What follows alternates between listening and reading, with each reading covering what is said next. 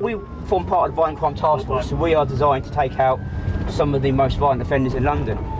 They're on the move at dawn through the traffic in West London to reach the man police believe is one of their most aggressive drug dealers. It's one of many raids going on nationwide as part of Operation Sceptre, a fresh government push to get knives off the streets. But it's this one that has the Crime Minister looking on. At the moment we've found inside there are 2 sledgehammers, 2 claw hammers, there's weapons as well, so we've got knives, scissors, all discarded around the property, and there is articles or say drug use inside there as well. The main suspect was not in the house this morning and a manhunt began across the area. Even so, a significant number of suspected weapons were seized. They were found in different rooms, they're all near the doors, Look at those weapons, I mean, those could do a very, very great deal of harm. I hope this neighbourhood's going to be a little bit safer after today's operation. This task force in London is barely 6 months old, but its boss, Chief Superintendent Ade Adelekan, believes it's containing the serious violence.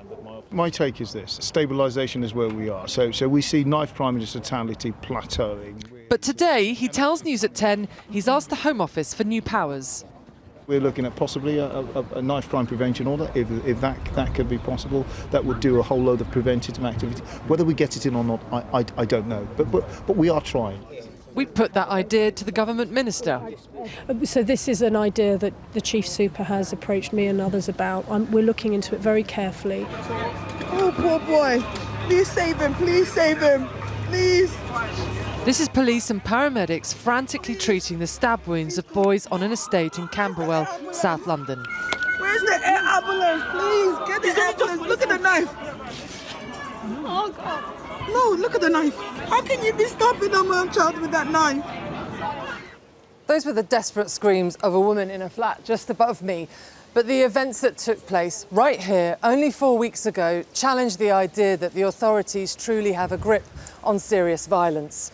4 young men were critically injured. Amazingly, none of them lost their lives. But in the streets around this estate, since July, 3 people have been stabbed to death. There was a knife attack that was about to happen, and I had to get in between the parties. And Pastor Julian does his best to diffuse tensions between knife-carrying boys, but his youth centre has been closed down, and this cramped room in his flat has to do instead. We have a war in our area. This is a war zone.